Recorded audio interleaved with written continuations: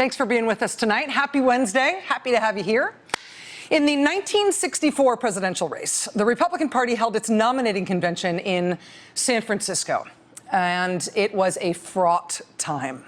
This was the summer of 1964, so it was, barely 6 months after President Kennedy had been assassinated and Lyndon Johnson, the vice president, had taken over the presidency. It was a deeply unsettled time in the country in general and in partisan politics in particular. A whole host of fairly normal Republican candidates had thought about running that year, had been asked to run, had tried to run. Richard Nixon, who'd been beaten by John F. Kennedy in 1960, Mitt Romney's dad, George Romney, the governor of Michigan. Neither of them ended up running in '64. Nelson Rockefeller, the powerful governor of New York, he did run, but he got shellacked in the primaries. The Republicans ended up at the last minute drafting the governor of Pennsylvania, Bill Scranton. They drafted him as a last-minute addition to the race a month before the convention. They tried to bring him in as the establishment alternative to the radical person the party looked like it was on track to nominate that year. But none of the establishment competition worked. None of the establishment efforts to block the nominee worked. And the Republican Party in 1964 really did nominate Barry Goldwater as their nominee. Extremism in the defense of liberty is no vice, and moderation in the pursuit of justice is no virtue. Yeah, screw moderation. And the Republican Party picked him, even though the Republican establishment really didn't want him. But they couldn't stop him, either just by competition in the primaries or by trying to take it from him at that contested convention in San Francisco. And so in 1964, Barry Goldwater really did become the party's nominee against LBJ. And it's interesting, for the general election that year, there were no general election presidential debates. I mean, just 4 years earlier, Kennedy and Nixon had those famous, totally compelling, crucial debates in the 1960 election, those debates that everybody remembers. But 4 years later, in the next general election, they did no debates. And a big part of how Lyndon Johnson campaigned against Barry Goldwater that year was with some of the freaking weirdest and most ambitious TV ads ever recorded in any political campaign for any office in the history of our politics and in the history of any politics. I'd put this up against the politics in any country. This, of course, was the Daisy ad, which didn't really make an argument. It just created a sense of fear and terror and activated your protective instinct about children when it showed that little girl counting the petals of a daisy and then a countdown to an atomic explosion. That was the 1964 ad campaign, right? There was also the slightly wackier ad that Johnson ran that year showing the eastern seaboard of the United States. You see what's going on there? See the splashing and see the thing through the U.S.? It's the eastern seaboard of the United States being slowly, painstakingly, weirdly sawed off and dropped into sawdust-flecked water as a means of publicizing Barry Goldwater's joke at one point that the country would be better off if the whole eastern seaboard was sawed off and shoved into the sea. This was what the ads were like in the general election of 1964. Because the Republican Party did something that even most of its leadership considered to be wackadoo when they picked Barry Goldwater. And so that's how LBJ ran against him. But here's the thing. Grab a soda. Put your feet up. I just want you to watch this. This has started circulating again recently because, frankly, of the rise of Donald Trump in this year's Republican politics. And it is kind of mind-bending. This is why it's worth remembering our modern political history. I mean, even when you know that the ads from 1964 that LBJ ran against Goldwater were weird and still weird by today's circumstances, and they were super original, even with that knowledge, I think it is still hard to believe that Lyndon Johnson ran this against Donald Trump. I mean, Barry Goldwater. In 1964, but he did. It's very strange. And it's now basically the Republican internet's fixation right now in terms of trying to understand and contextualize what they are doing to themselves with Trump. Just sit back. Sit back. You have not seen this before. Sit back. Just watch this.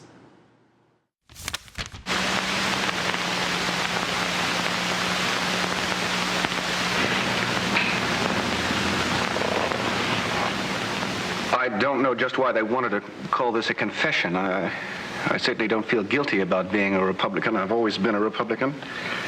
My father is, his father was, the whole family is a Republican family. I voted for Dwight Eisenhower the first time I ever voted. I voted for Nixon the last time. But when we come to Senator Goldwater, now it seems to me we're up against a very different kind of a man. This man scares me. Now, maybe I'm wrong. A friend of mine has said to me, listen, just because a man sounds a little irresponsible during a campaign doesn't mean he's going to act irresponsibly. You know that theory, that the White House makes the man. I don't buy that. You know what I think makes a president? I mean, aside from his judgment, his experience, are the men behind him, his advisors, the cabinet. And so many men with strange ideas are working for Goldwater. You'll hear a lot about what these guys are against. They seem to be against just about everything, but what are they for? The hardest thing for me about this whole campaign is to sort out one Goldwater statement from another. A reporter will go to Senator Goldwater and he'll say, Senator, on such and such a day, you said, and I quote, blah, blah, blah, whatever it is, end quote. And then Goldwater says, well, I wouldn't put it that way. I can't follow that. Was he serious when he did put it that way? Is he serious when he says he wouldn't put it that way? I just don't get it. A president ought to mean what he says. President Johnson, now, Johnson at least is talking about facts. He says, look, we got the tax cut bill, and because of that you get to carry home X number of dollars more every payday. We got the nuclear test ban, and because of that there's X% less radioactivity in the food. But Goldwater, often you can't, I can't figure out just what Goldwater means by the things she says. I read now where he says, a craven fear of death is sweeping across America. What is that supposed to mean? If he means that people don't want to fight a nuclear war, he's right. I don't. When I read some of these things that Goldwater says about total victory, I get a little worried, you know? I wish I was as sure that Goldwater is against war as I am that he's against some of these other things. I wish I could believe that he has the imagination to be able to just shut his eyes and picture what this country would look like after a nuclear war.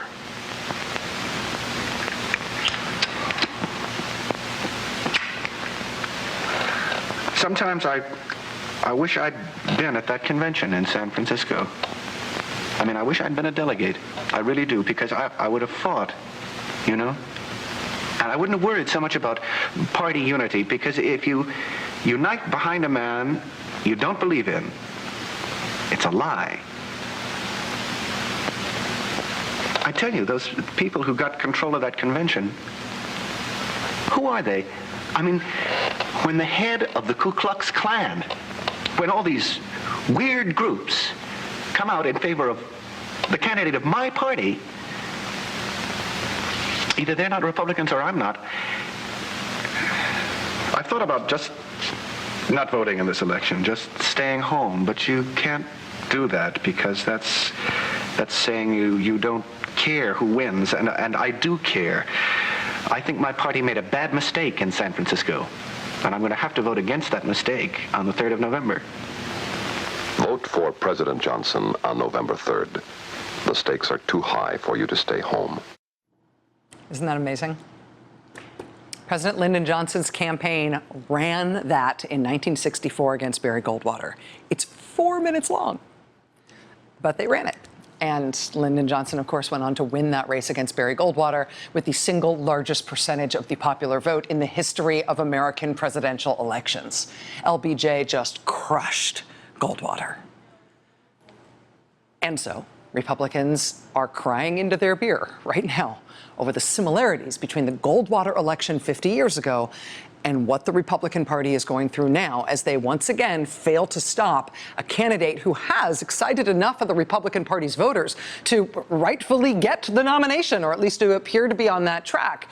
But he's a candidate who party regulars regard, frankly, as a creep and a kook and someone who they think will be the death of their party. literally the death of their party, the end of their party. Michigan Governor George Romney, back in '64, famously said just a few weeks before that Republican Party convention in San Francisco in '64, he said that if the Republicans chose Barry Goldwater to be their nominee at that San Francisco convention, it would be, quote, the suicidal destruction of the Republican Party.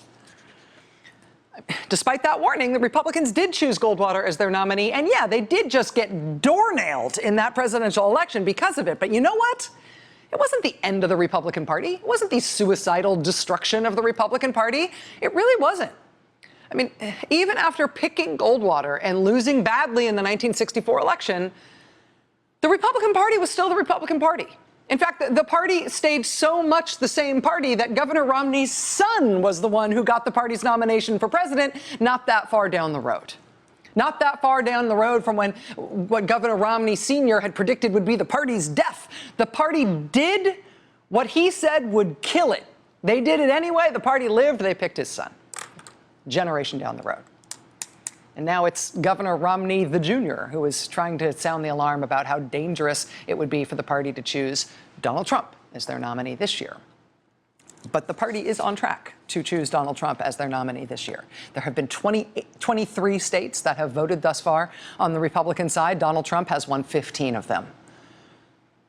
And all of the other candidates can make all sorts of noise about what state they think they might be able to win down the road. We just saw Marco Rubio make his case that he can win Florida to Chuck Todd. Yeah, you know, and bully for them with these arguments. Maybe each of you can win a state somewhere. But the one fact that's true for all of those candidates is that no matter what else they're going to do, they're all running against a guy who's already won 15 states and who is likely to keep on winning them. And so, honestly, the way things are going, he's going to be the one who gets the nomination. And so now there is this question that's worth getting specific about. Is Donald Trump getting the Republican presidential nomination actually an existential challenge for the Republican Party? Does him getting the nomination risk the death of the Republican Party, as you keep hearing? Or is that overkill? Is that hyperbole, right? Would the nomination of Donald Trump more likely just mean that the Republican Party would change now? It would become Trumpier now, right? The way the Republican Party didn't die after Barry Goldwater, it just did get a little more right-wing. I mean, this isn't an idle question. We do actually have some data already that can help us answer the question of what is going to become of the Republican Party with Donald Trump as its standard bearer, because right now he is the party's de facto standard bearer. And while we have all spent the last few weeks agog at this change at the top, right, this morphing of the Republican Party into now what feels like a post-policy strongman personality cult, where its political events are now like pageants of product placement and on-brand hucksterism. While we have been agog at that, and that has been mesmerizing, a few other things have been happening on these primary nights while Donald Trump has started to win everything in the Republican Party. And I think it's worth noticing what those things have been right now, because it tells us a little bit what the Republican Party is going to be like with Donald Trump at the top. So, Alabama. In Alabama, one of the things that happened in the Republican primary this year is that the 81-year-old chairman of the Senate Banking Committee was running for his basically 9,000th term in Congress. He spent primary night, Richard Shelby of Alabama, 81 years old, spent primary night in Alabama looking down the barrel of a Donald Trump presidential landslide in his state. Richard Shelby obviously worrying that with that record Republican turnout for Donald Trump, all these people motivated to topple the old Republican order and give a one-finger salute to the Republican establishment, obviously Richard Shelby worried that that would sweep a guy like him out of office. Turns out Senator Richard Shelby did fine that night, did fine that primary night in Alabama when Donald Trump won his state in a landslide. Richard Shelby did so well that night, he even avoided having to go to a runoff with more than 10 points to spare. He did fine. Similarly, members of Congress in both Alabama and Texas faced big anti-establishment Republican voter turnout and feisty anti-establishment challenges on Republican primary nights in their states this year. At least 5 Republican members of Congress just in those 2 states alone, as Donald Trump and Ted Cruz came in first and second and first in those 2 states. But all of those old Republican incumbents with seats in Congress, they all did just fine. They all beat their primary challengers. Nobody's getting run out on a rail, at least so far, in the Republican Party. That said, there was a little tremor in Republican land last night in Kentucky. Kentucky held their Republican caucuses on Saturday. Turnout was big. Kentucky Republicans went big for Donald Trump in that Kentucky presidential caucus. Kentucky has the last Democratic-held state legislative house in the South. Republicans looked at that big turnout in their caucus this weekend, that enthusiasm they saw Kentucky Republicans show for Donald Trump, and they expressed great hope that that would translate into Republicans taking over the Kentucky House last night. Because last night, there were 4 special elections in the Kentucky legislature. Republicans were trying to fill those 4 seats with 4 Republicans. And had they done it, they would have taken over control of the House. They would have taken the last democratically held legislative House in the entire American South. But instead, last night in Kentucky, Republicans lost in 3 of those 4 seats. The Democrats last night actually increased their hold on that legislature. So forecast cloudy, right?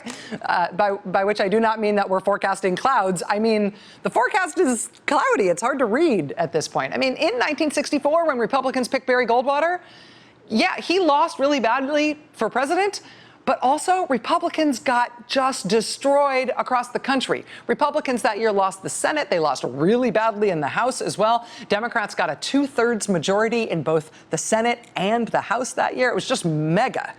Right, that's, of course, how Lyndon Johnson was able to pass all that landmark legislation with the bright blue Democratic Congress that he got elected in '64 when he was running against Barry Goldwater, right? So that's one lesson. That said, in the mirror image election in 1972, when Democrats nominated George McGovern, and he got beaten even worse than Goldwater did, I mean, that year, even though it was the Democratic presidential nominee who lost so overwhelmingly badly, just a disaster with McGovern at the top of the ticket, that year, actually, the Democrats picked up seats in the Senate, and they held on to their majority in the House. So, you know, like I say, you put somebody like a Goldwater or a McGovern, somebody who the party thinks risks existential disaster for the party at the top of their ticket, that results in the trouble for them at the top of the ticket. But in terms of what else it does to their party, the forecast is cloudy. People who see parallels to hugely risky election bets when they look at Donald Trump, right? I think they're right to see those historical parallels. But the idea of Donald Trump's nomination blowing apart the Republican Party or ending the Republican Party, there really isn't any precedent for that. And so far, the testable effect of a likely Donald Trump presidential nomination, there's mixed results in terms of how much this is really even going to change the Republican Party at all. I think the only thing we can really say for sure is that whoever this guy is, the Democratic Party is looking for his son right now, or at least the inheritor of his legacy, to draft a new round of these ads for 2016. That is something that I would bet good money on.